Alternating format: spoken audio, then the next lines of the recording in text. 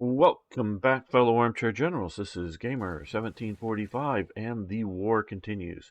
We have established now Rommel with his own command under Ernst, a fictitious, randomly generated general.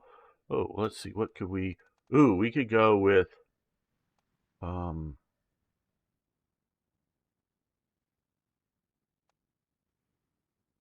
okay.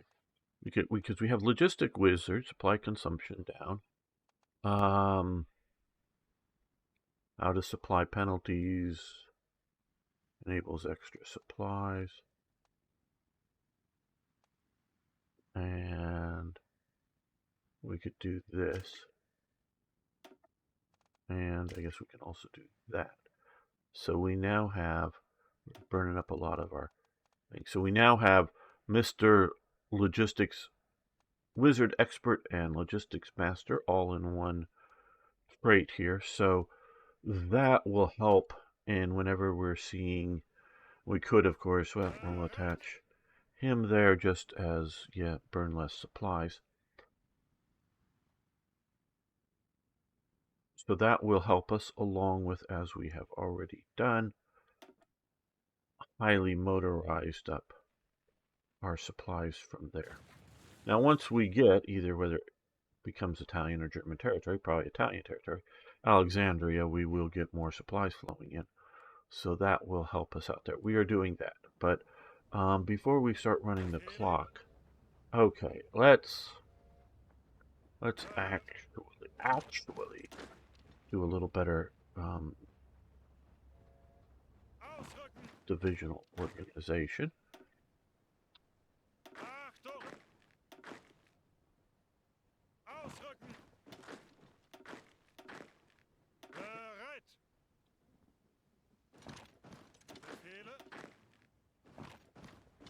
There we go. I'm going to, I had a couple of other divisions here. Who is this? Okay, it's him. Yeah. That's our infantry divisions for marching towards Georgia. No, not Georgia. Leningrad. So, yeah, you go that way. We'll also, okay, so they're going north. These guys are shifting to here. We've got modal.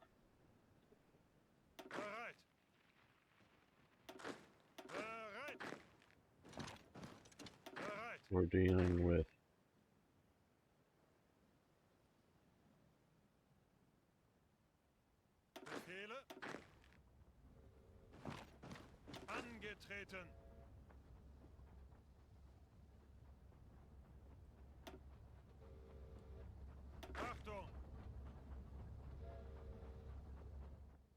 we'll do select all. Yeah, we're going to go there, so we'll have that better. And we have Schweppenberg's force that's sort of being created up. Polizei division. Okay, where's Schweppenberg? Okay, there he is.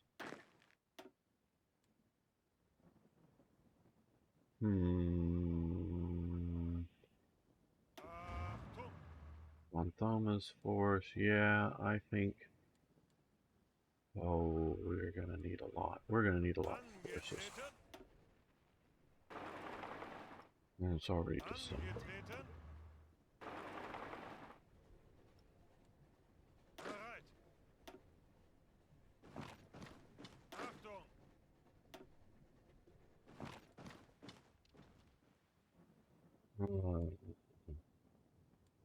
Garrison units.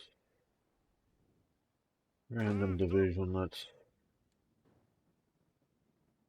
And if you ask me, no, I do not think I have the enough forces to do what I want to do. But we will see how it goes. We will see how it goes when the time comes. Do we have any armored forces down here for Germany? No, it doesn't look like it. Thought I sent some.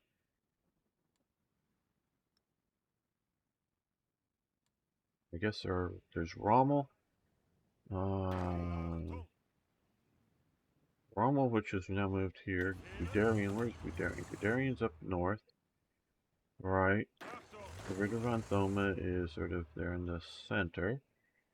Von Manstein is there, and Schweppenberg is going up there. We do not have a good Romanian army. Boy, yeah. Like I say, not good at all. So, convert first light division to 6th Panzer Division, which I think the first light division is down here, so we're not going to do that because we need him there. The 4th is there. Okay, this gets event. Okay, creates a new template for unit for 5 Panzer Division. Okay, let's do that. I think we can do that. I think I have one Panzer Division being trained up now. All right. Let's let the clock move a bit. Yeah, so this, my big worry is that take away from something in North Africa. Okay. Medium tanks, light fuel refining. Very good. Very good. Okay.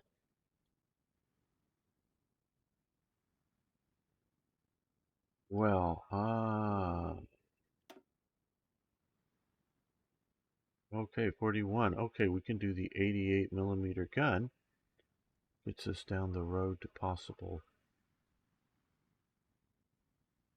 Tiger time, but I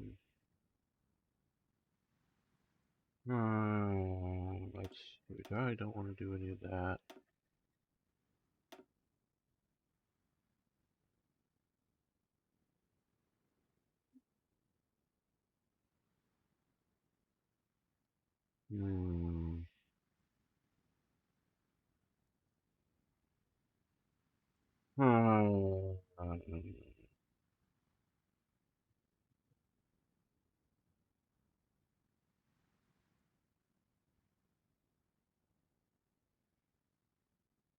Attack improved. Sniper teams. We'll do this. Hey, Wong Washboard, how you doing? This is black ice.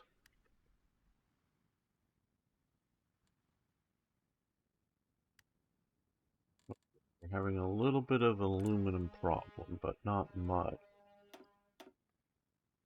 And not enough, you can hover over and see, not enough air production capacity. Now, I do think we are, I know I just did this, but I do think we are researching, maybe it's, what national focus we got? Expand the aircraft factories. Yes, that will deal with our lack of air assembly plants. It's 12 more. So that will be very nice. Yeah, this is almost a new game. Not quite. There we go. Tiger chassis finished. What would I do with tigers, though? Okay, so, how are we looking here for equipment? Trucks. Trucks filled up. Trucks, yes, good. Tanks, good. And that. So these guys are going to... Well, no, let's put one to von Thoma. He's a good commander. He could use another proper tank unit. And another one to Schweppenberg, who is up here, who is... We've got a, from here, we're moving both towards Moscow and Leningrad, and sort of from here towards Moscow, and from here, sort of going down into Ukraine, but I don't know that we have enough armored forces for everything that I want to do. I want another whole 4 of them, and so maybe I should have been building earlier on. Right, okay. Oh,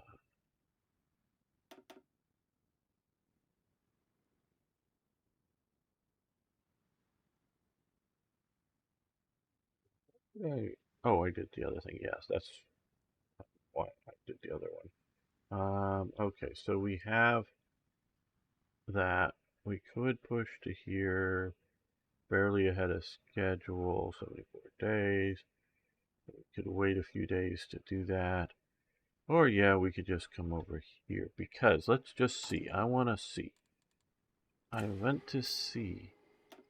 Right. Okay, so Tiger. We can't do Tiger because we don't have that anti-tank gun, nor do we have double torsion bar suspension. Okay, so like I was thinking here, we want to come over here and get our better 88mm gun. See, it has the Tiger turret. And we will also want to do the double torsion bar suspension.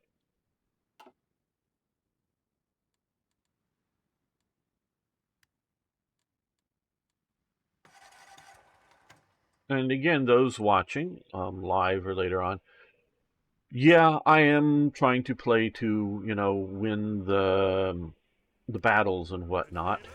But what I'm really doing is playing to figure out things like this new trade economy that's dealing with also, power and factories to convert, um, uh, iron to steel kind of things. Obviously, production here, but things like food and how many um, farms, and we're building a bunch of farms here in the midst of all of this. So those are the types of things we're looking at.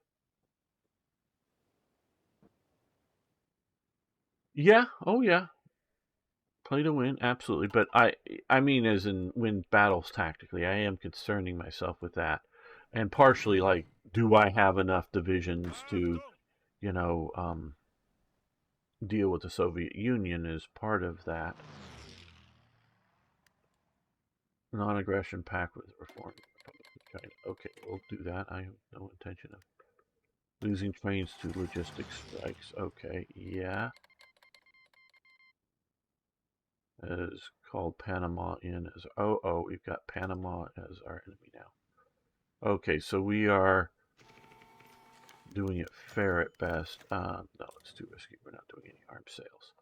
Right, so they are above us, winning the air fight here. So let's come here. Let's do this. I did notice we had some extra fighters here, so that will give us 50. And these guys are going to come here. They're going to go after air superiority first and try to win the air superiority war here.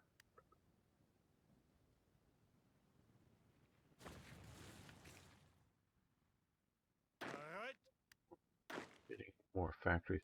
I do have. Oh, I want to move you up to the coast there.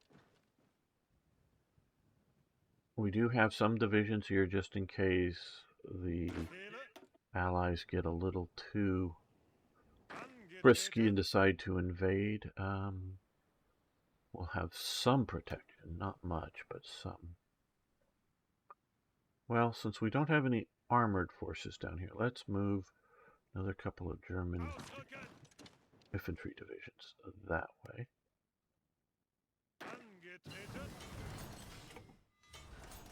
And let's move you this way. Yes, we've got some captured fighters. That's quite true, Arno. Okay, so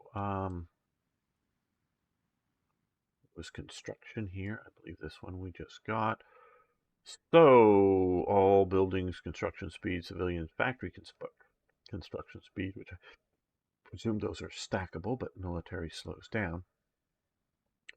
Now over here, naval base, railway construction speed, we will increase. Now we are, well, let's make a quick look. Is there anything that's tan that we could activate? No. Okay.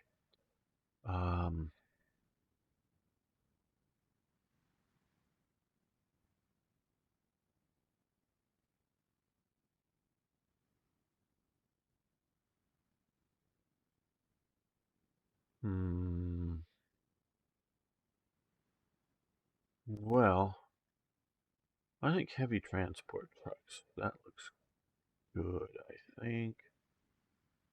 Because that will be useful for logistics here.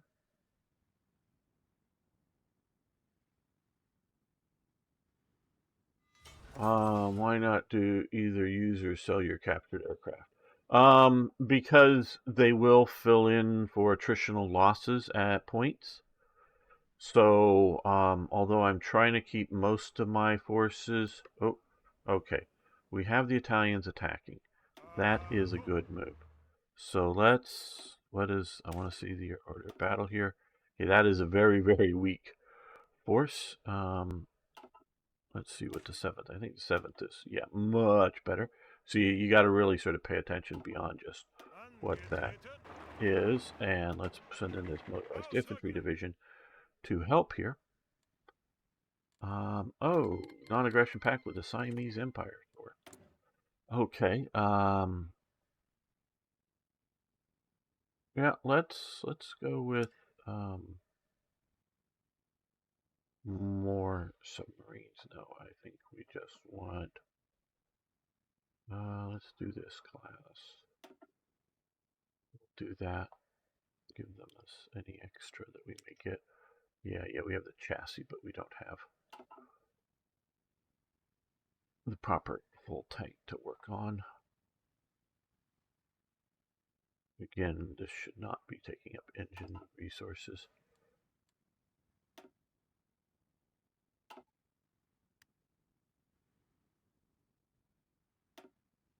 Well, we're taking some, inflicting some losses, I should say. U.S. submarines in the area, that's concerning.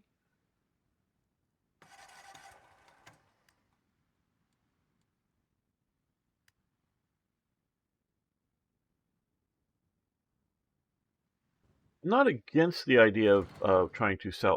Oh, okay, so we've moved down into here. We're defending against the attacks. So what we're going to do here is see about making an attack on them as a counterattack. And let's see if we can... No, control. We don't want to go. We want to...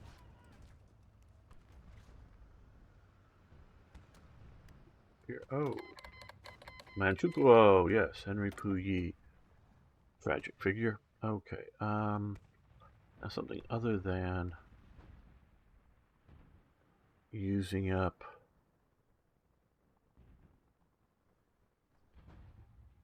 Well, let's do just plain old-fashioned rifles. Using up engine resources.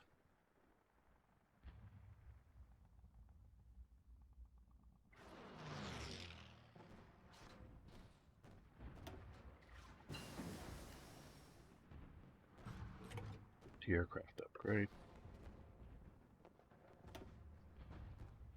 Well, they're throwing in a lot of counterattacking forces.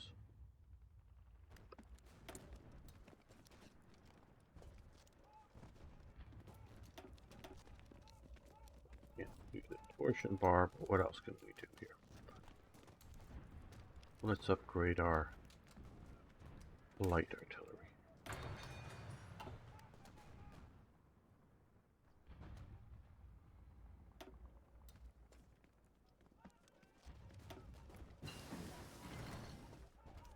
Field support. All right. Hello, Flexible Forever. How you doing? What tanks do we have? Well, we can take a quick look at that here in just a moment. Air operational doctrines or aircraft models. Well, we are just now into 42, so we could do these. Key point bombing. We have a bunch of extra resource here, so let's do this. We'll spend the extra resource. Well, we can see we have in reserve here, we got Panzer IV A's and we're producing Panzer IV F's. We've got A's and J's here for our medium tanks. A lot of light tank varieties here. Panzer 1s and 2s and whatnot. And for our quote-unquote cavalry tanks, mostly these are in reserve 35 and 38 team type models. In units like here, we've got Panzer III A's and some Panzer IV A's and F's, some 38 T's, sort of a nice sort of mixture kind of thing. The light division here, just Panzer 1s and 2s, that unit, Panzer 4th Panzer Division here.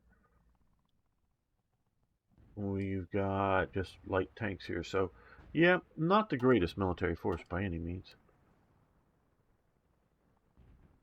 So far we're holding down here, and we look like we're successfully pushing up here. One of our units has lost organization. Okay, we've gotten newer, better long-range fighters. Would do even newer, better long-range fighters. So let's do that. Now, I think we will come in and I don't want to create a new production line. I want to update a current one here to the F, from the E to the F.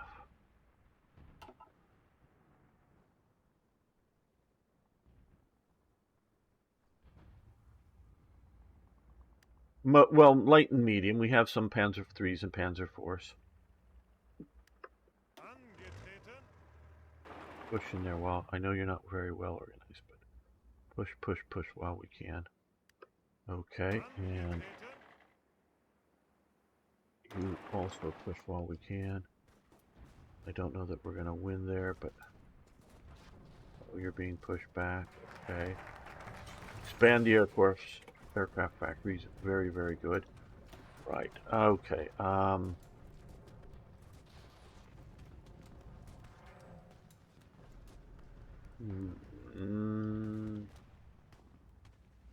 Panzer infantry, air doctrines, experienced division artilleries. Those trooping, we don't control any of the East, artillery corps. These would all have helped research, but we sort of bypassed some of those. I'm just looking to see if there's anything really worth pushing down here for. Not really. Well, expand that. Research slot. German-Soviet treaty was signed. Okay, but would get us a little bit of artillery foundry and a tank assembly plant. Not bad.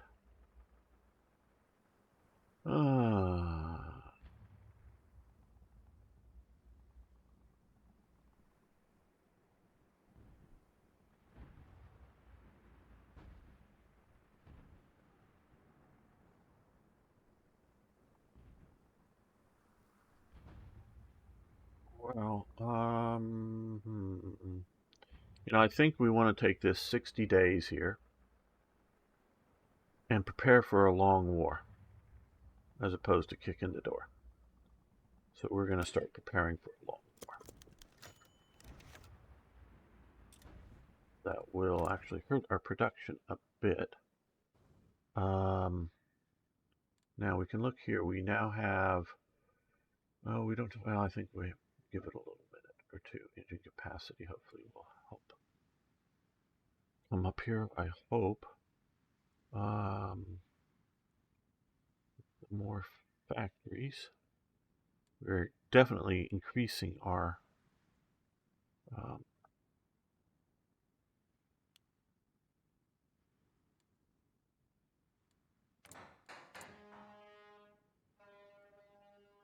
food.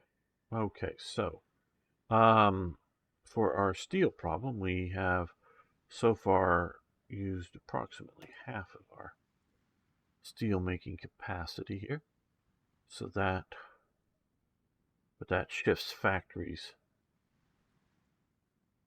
or refineries over to doing this. So yeah, and for our aluminum, well, let's do that.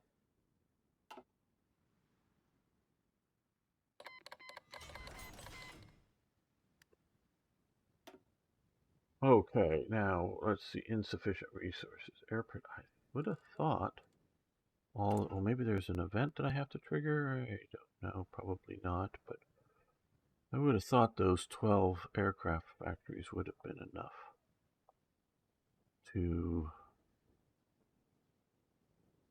help with things. Okay, here. Unite the people under our government. More than 30 stability. Okay, yeah, let's do this to deal with some of. What do you think would Germany in World War II won if they made defenses instead of attacking Russia and focused on attacking Britain?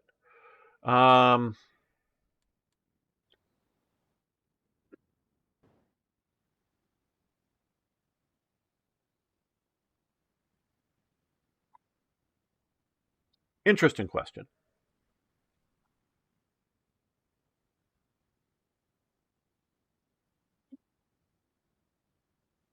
You know, if you didn't attack Russia,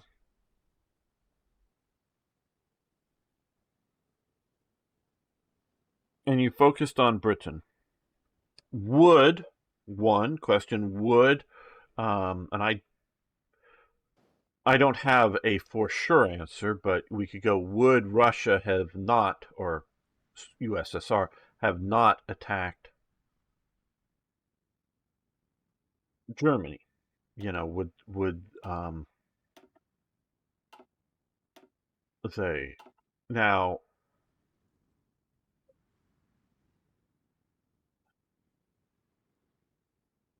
I would say no. Why? And it's an interesting interesting question. Why does the U.S. get into World War II? And that's also another good question. Why does the U.S. get into it? One, we definitely have FDR for very good reasons wanting to get us into the war. But we also have Japan attacking the United States. In the Philippines, in U.S. territory of Guam, which is, let's see what Guam is, one of these islands out here. U.S. territory of Guam, as well as, of course, Pearl Harbor. Once you do that, you get U.S. into World War II. Now, could it have been a pure Pacific War? Possibly for the U.S., but obviously Hitler declares war on the United States. And, well, what if he didn't? Well, yeah, okay, what if he didn't? And then you had...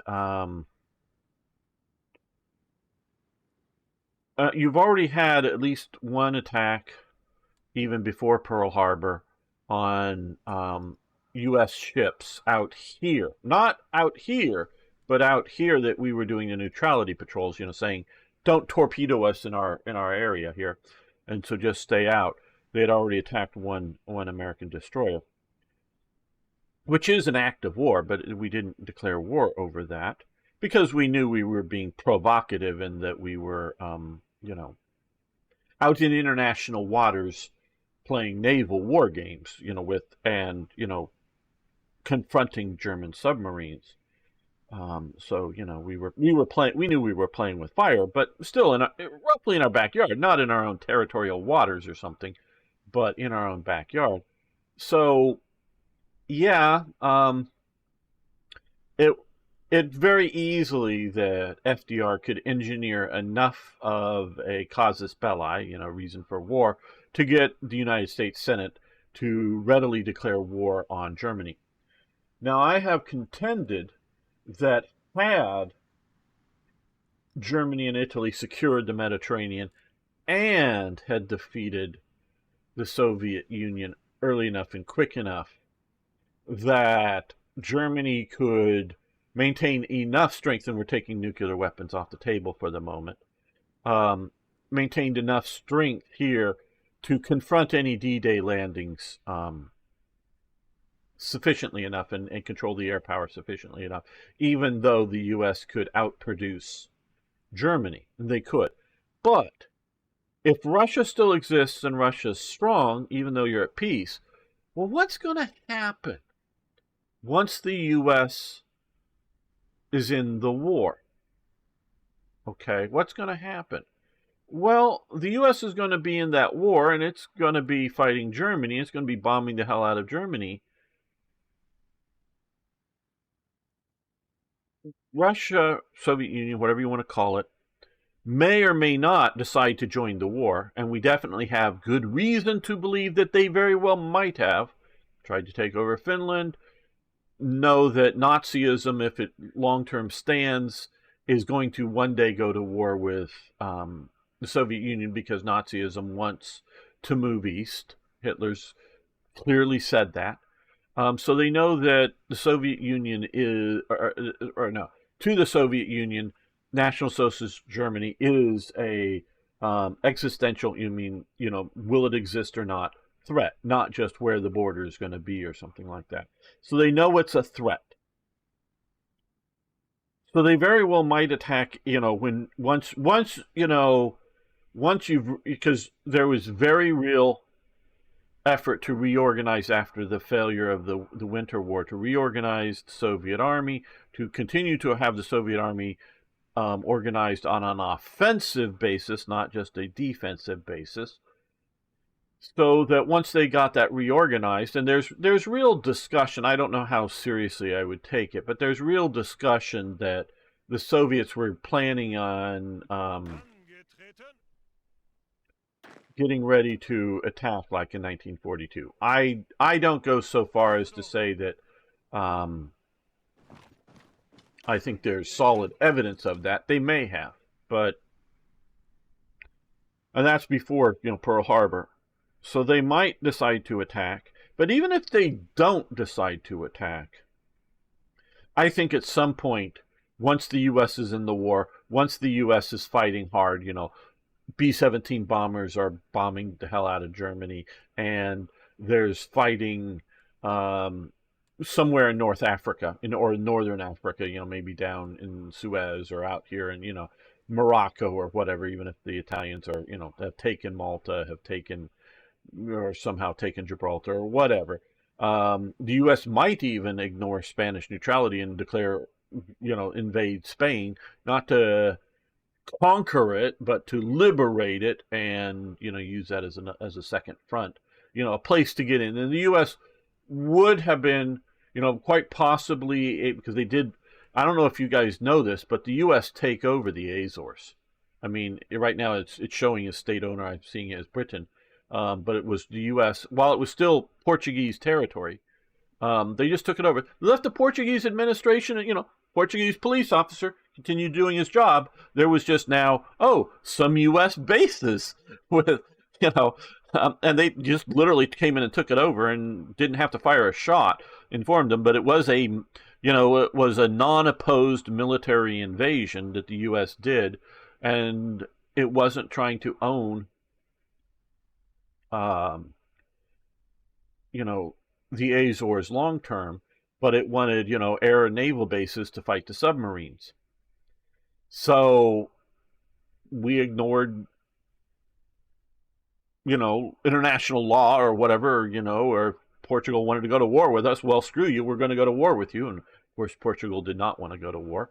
Um, so, and you remember Salazar, the dictator of Portugal, was, I would consider, a nationalist, not a fascist. I mean, you know, hey everyone, we have, and I say we because it is mine, but there's a bunch of us participating there. We have a Discord channel. I think there's links around to it. You all should check that out.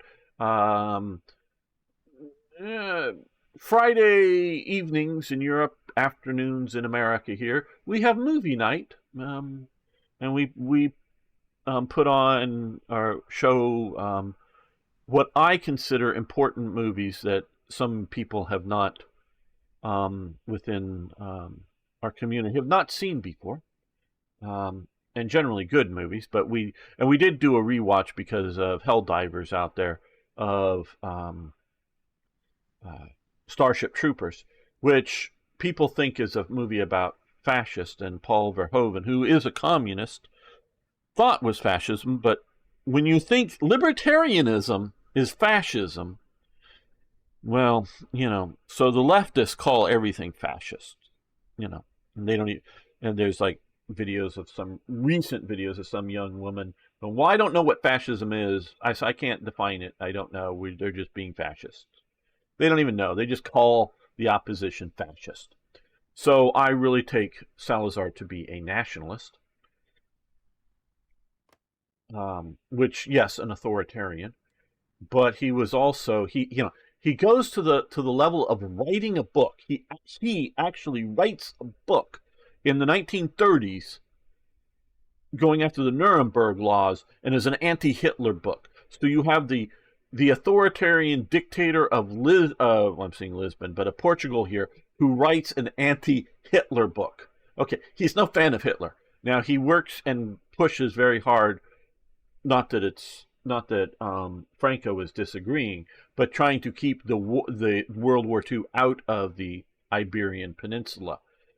He does not want it here. But I don't know that whatever he may or may not do. But if America showed up with enough divisions landing in Portugal, I don't think Portugal would fight them. Portugal, I believe, at one point. Thank you, Arno, for putting the Discord server links up. So you guys can join us and become part of our community. And it is a community. I mean, there's people on it more often than I am. But we hang out together and do things and play games together. And you can find, opponents to play, Hearts of Iron against or whatever, or other games. Like Helldiver, they play as cooperative there a lot currently.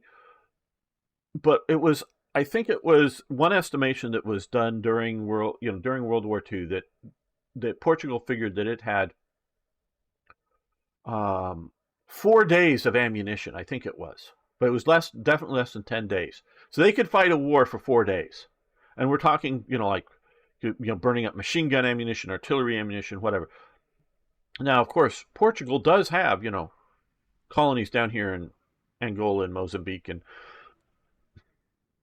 Guinea-Bissau, up, little places up here, and of course Macau and Goa and whatnot. And so, yeah, these guys, they're, anti-bandit patrol and whatnot, and they got some ammo and can fight for a while. But, at home, proper modern day combat, they've got like 4 days of fighting, and then they're done. Because they just don't have enough, and they just don't have much ammunition production, because you can shoot artillery rounds very fast. So had the U.S. landed here, I don't think Portugal is going to oppose, fight an American landing. Now, if it's just 25, Marines or sailors or soldiers, they probably would. So it needs to be strong enough landing. Whether they would join in the war against Hitler, actively declare war, and then say, U.S., send us arms and munitions and we'll help you out, or whether they would just claim, oh my God, our neutrality has been violated. Oh my God, oh my God. And there's a bunch, and the reason Portugal still exists to this day is that there's just a few mountain passes really between Portugal and the rest of Spain.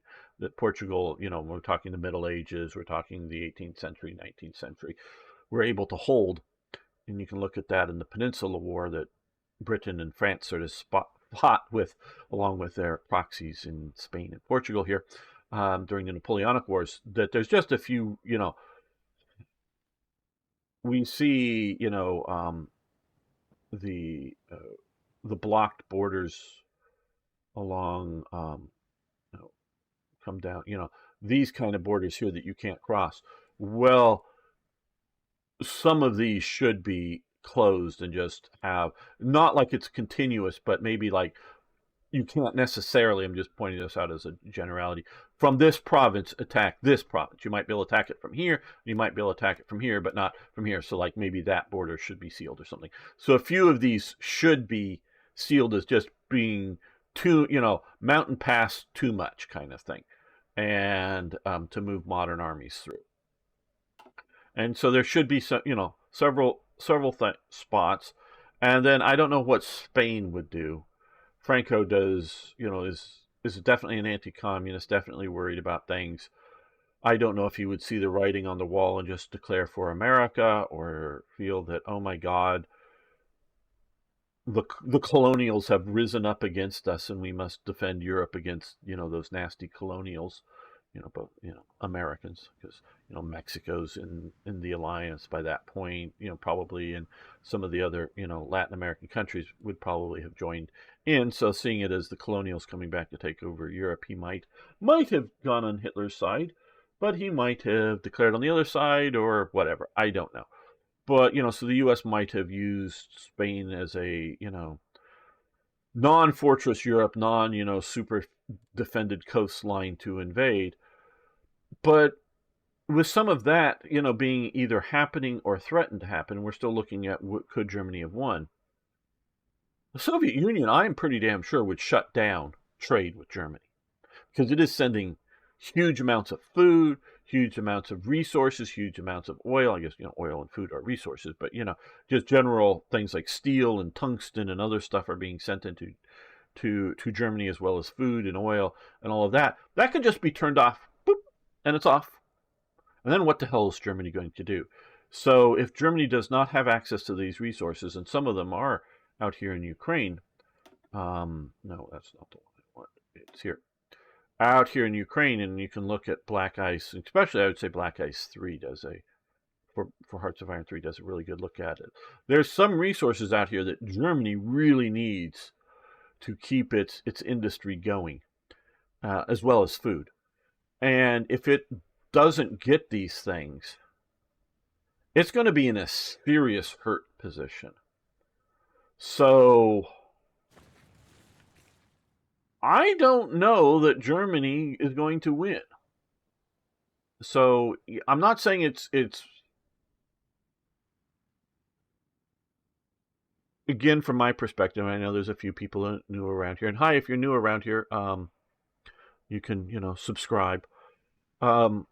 I define warfare into wars into two basic types.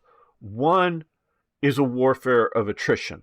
Okay, we all classically know, the Western Front of World War I, the attritional battles, who's losing more soldiers and equipment faster than the other one.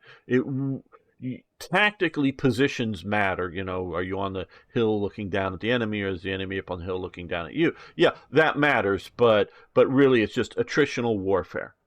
Guerrilla warfares generally are attritional warfare. The other type of warfare, I categorize it, is maneuver and decision. You maneuver around, you have possibly a battle, and that battle is decisive enough that it concludes the war. And that classic one, of course, would be, Fall Gelb and what was it, Fall Rot, the second half of that intifada, is the invasion of France. France has about as much aircraft, or actually has more aircraft than Germany does, and has about as much aircraft production as Germany does. France has more tanks. We can argue whether the French tanks or the German tanks are better, but France has more tanks. Just France. We're not even adding in little Belgium or, the British, or even, countries like the Netherlands or something. Just France, is better. But because Germany is able to maneuver effectively and at points of important points of contact of fighting are being able to bring overwhelming, firepower and attack at that point of contact. They have decisions, and so the weaker on paper, if you will, of manpower of, especially if you look at all of the allies plus the ability to buy weapons and munitions from America, definitely stronger militarily in that sense, but obviously they lose because of all the reasons that we've talked about before. Check out my other videos. It's a battle of maneuver and decision, and not attrition. Okay, and wars can shift between those. A war, because this, France is not. We lump all these wars into World War II, and they are connected. But France is defeated. That war is over. In 1940. There's still other wars going on. Russia could have turned out to be a war of maneuver and decision, but Germany just did not have the logistical ability to keep that maneuver up deep enough, far enough into the Soviet Union to keep it a war of maneuver and decision. And had they had that, enough trucks, enough trains, enough aircraft, enough whatever, they could have done that. But the Soviet Union doesn't collapse, and it becomes a war of attrition. Sure, tactics and maneuver does matter, but it's it is ultimately attritional warfare. So it depends on how you're looking at it, but can a continental power like Germany might be, especially if they've got Norway. Now, Norway is a double-edged sword, because somebody like the U.S., who, can build, portable harbors, and if you've seen, U.S. has at least one, but I think it was 3 big floating dry docks that are so big that they can take the biggest American battleship or the biggest American carrier and get it out of the water. So these are in essence, I think they're barges, because I don't think they can move under their own power. And these floating dry docks, at least the one that I know of, I think there were 3 of them, but they move it out here into the Pacific. So that once they've conquered some of these Japanese islands, it's out at Guam or not at Iwo Jima, but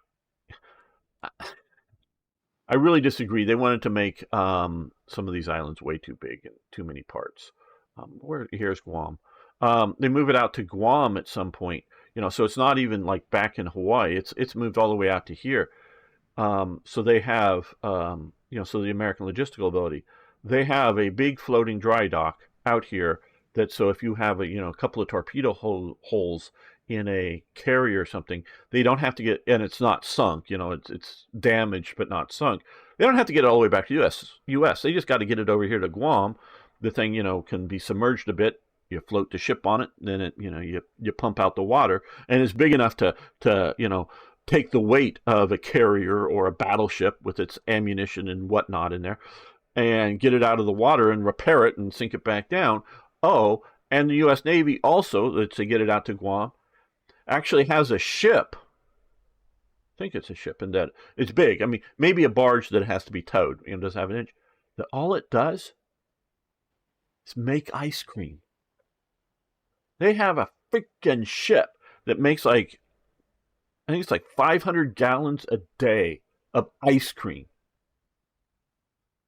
So they've got it, and they bring it out to Guam. The U.S. Navy does. So they're making ice cream out here for the soldiers and sailors. This is the American way of war, people. And it's not, oh, America's soft that they have ice cream. They got to have ice cream to fight. You know, did you get your ice cream cone today, soldier? It's not that. No, it's that they have the ability to put in the tropics out across the Pacific while they're delivering all the bombs and bullets and bandages that they need. Oh yeah, we'll throw in an ice cream ship and keep the makings of the the makings of the ice cream, the milk and the whatever, being sent out there to make 500 gallons a day. Oh, and battleships. Oh, and submarines. Yeah, American submarines have showers on board them. People, showers on board them. Some sailors on those submarines get daily showers, particularly the sailors that do are the cooks. They want to keep the cooks clean. But most sailors on there, because they have all submarines, the Germans, the Americans, the British, because they need to put their wet batteries and they need to top off the water in the batteries. So they all have distilling machines, that take salt water and turn it into fresh water. But the Americans have so many distilling machines on their submarines that generally, and they're short showers, but generally speaking, most sailors on those submarines get 2 showers a week. But not only do they have showers on their submarines, they have ice cream makers on their submarines. And they also have high priority for their submarines to get in sort of a prepackaged formula to make sure, and they talk about some, oh shit, the submarine's getting ready to leave from some port in Australia to go up there.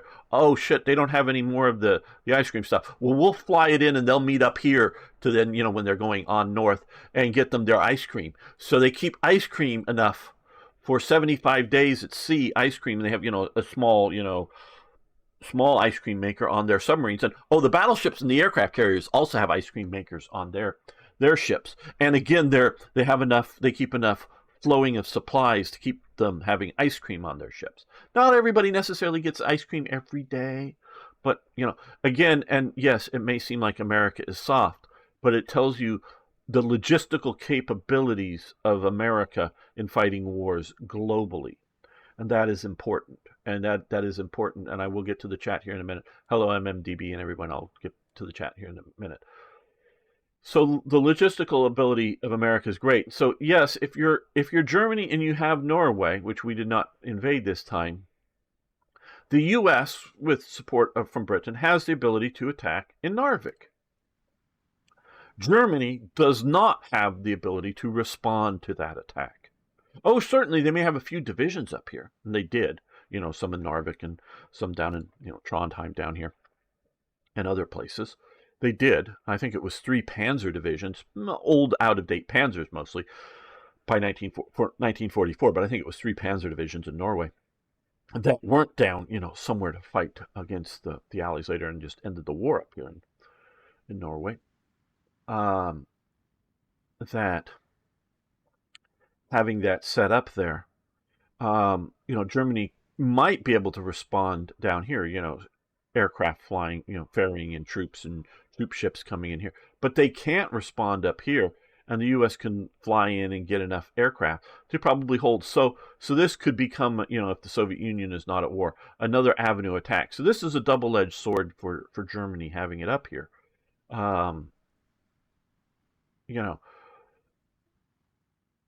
So, can Germany keep this a war of maneuver and decision in the sense that whenever there's a serious attack on the continent of Europe or whatever, be able to, at that locality, be able to move in enough forces to crush the invasion force, no matter how many divisions are sitting back in the United Kingdom or sitting back in America? Maybe. But the U.S., along with, again, the various colonial empires of France, and including the colonial empire, like I say, of France, out here that is producing things, and definitely the British colonial empire, the attrition warfare is generally going to go on the Allied side to wear down Germany. So, and then, of course, if you have nuclear weapons, Germany loses. You know, I mean, it just does. So yeah, not attacking attacking the Soviet Union was disastrous, but so was the invasion of Poland. It was disastrous for Germany. Okay, let's see. Let's look back here. Yeah, thanks, flexible. Sad reality is a lack of readiness and not enough state-run industry at a sufficient scale can chug the war economy along. Yeah. How close to home also war matters. Yes, absolutely. As well as the logistics system. Yep, absolutely. Ice cream is important for morale. Oh, absolutely, especially in places like the tropics. Yes, ice cream is good. MMDB is why you made using airplanes high altitude showers is important to keep crabs. Oh, absolutely, absolutely. But see, the Germans basically didn't have bathing on their U-boats.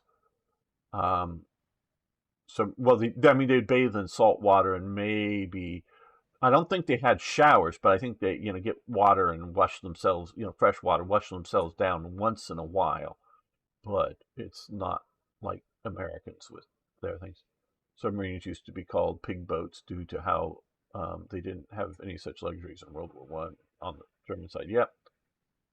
Yeah, German subs were nasty, but also part of it is the American fleet subs. That's what we're talking about. The sort of Vallejo and Gato class submarines. They're designed to operate for 75 days. So leaving, someplace like Hawaii.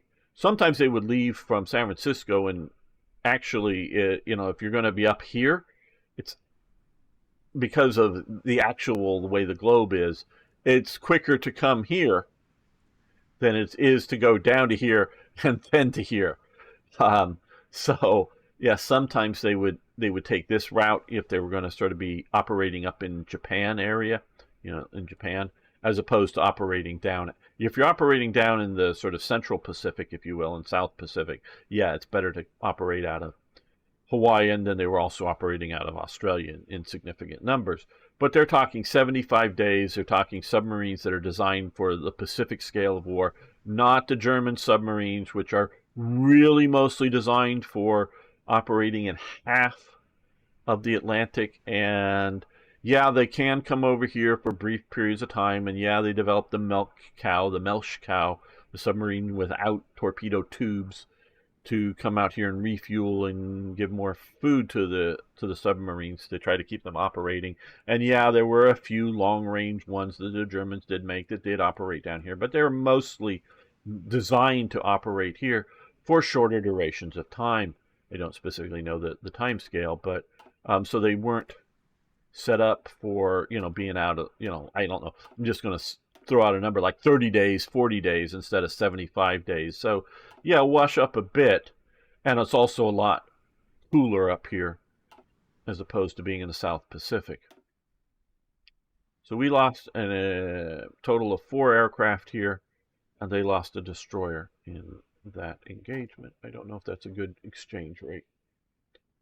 So yeah, I would think the fleet submarines are cool. Now the German submarines are more maneuverable because they're smaller and they can, dive a bit faster. And there's some good points with the German submarines. They're, everything needs to be designed for a particular function, right? So if you're looking at like a coastal submarine, yeah, it's not that hard to throw into even a coastal submarine a design of a shower. It's a small box that you get in and water sprinkles down on you. And if you have, you're not necessarily taking, daily showers. Like I say, the only people that were, generally speaking, taking daily showers were the cooks to keep them clean on an American submarine. And everyone else was sort of, like 2 a week or something rationed out. Under at least normal circumstances. And so, yeah, you need to have, like I say, a distillery on there to distill water to keep the batteries topped up. So, yeah, it's not that hard on a coastal submarine, like I say, to have a shower and rotate some people through. But because you're making it small, you're talking about going out for 20 days and coming back because there's only like 3 or 4 days, of getting out to where you're supposed to be, and then you loiter around here looking for enemies, and then you come home. And that's what it's designed to be. You don't need, especially if you're also looking in the Atlantic, North Atlantic here particularly, you don't need ice cream machines, because you can give them ice cream once they come back into port. You don't have to do all that stuff as you design. So I'm not suggesting that the Germans did wrong by not having showers, ice cream machines, and air conditioning on your submarines, because, again, they were operating in certain environments and not in other environments. But I do look at that as, for America, where the Japanese, I don't know for sure, because I don't know all the model types, but I don't think they had showers on their submarines. That doesn't mean, again, that they're not producing enough water to, have a bucket and a, washcloth and towel themselves down a few times a week, which can use a lot less water than a shower. But I don't think they have showers. I'm pretty sure they don't have ice cream machines, and I know they don't have, because I know of only one Japanese vessel, and it was noted as there's only one Japanese vessel that had air conditioning on board in World War II. So they did not have air conditioning and operating in the same environments. So it's partially the Americans' production ability, it's partially the Americans' design ability, partially the Americans' logistical ability to fight a global war that I highlight these things as being a important factor in analyzing who would eventually win between Germany and America in a global war, when Germany at least is basically being defensive, as opposed to we're not presuming in a global war Germany is invading the continental United States, so Germany is generally on the defensive. Let's see. Yeah, space matters. The amount of crew space, less automation, more crew, longer line use in restrooms. Yes. Have gamers seen the bug juice machines on modern subs? No, I've not necessarily seen that. Vitamin drink ones. U.S. subs are so roomy. Yeah. Oh yeah. Well, now the Soviets, with their big, huge, what is it, Typhoon class ballistic submarines, had actually swimming pools inside of them, small ones, but swimming pools. Now, partly it was justified for crew comfort, but partially it was also justified because that was just the water supply. If you're at, because they do have a certain amount of the ability, because nuclear submarines, people, they're steam submarines. Okay, they're steam engines. They use the nuclear power to generate steam heat. So they need a certain amount of water. I don't know how much of a distillery they have. They, generally speaking, can stay under for a long, long time. So it's, part of water reserves. Yeah, you can get a lot of space on some of the big nuclear submarines. Got so much energy. Yeah, they can make so much fresh water. Yeah, so yeah, they got comfort like that. But then again, see, even more so, those submarines, and I was just there's a Subbrief, a very good YouTube channel called Subbrief, if you want to look it up. He is a former crewman on a nuclear submarines in the American Navy, and has continued to be a consultant to sub development and whatnot. But he also has a YouTube channel that he talks about naval affairs, particularly those regarding submarines, but just generally naval affairs. And he's talked about at times the difficulty of people being on modern submarines, and that they go down and stay down for much of the time, and so you're not seeing the sky, the sun getting out, being congested with the same group of people always, and have Subbrief Jive Turkey, have congested with the same group of people that do have morale problems, because they can be out for 6 months or more at a time. out there. Tired of failing in HOI IV. Well, sorry, General Skaven. I don't know. I don't know, what countries you're playing or whatnot. It's a challenging game. It depends on what things. He is the only white boy in his class, so he is nicknamed Jack Turkey. Okay, I didn't know that particularly. It's important to keep. Yeah, crew busy on patrols. Absolutely. Okay, well, actually, let's end this episode. I want to thank you all for watching. I'll be back next time for more, yes, even more Hearts of Iron.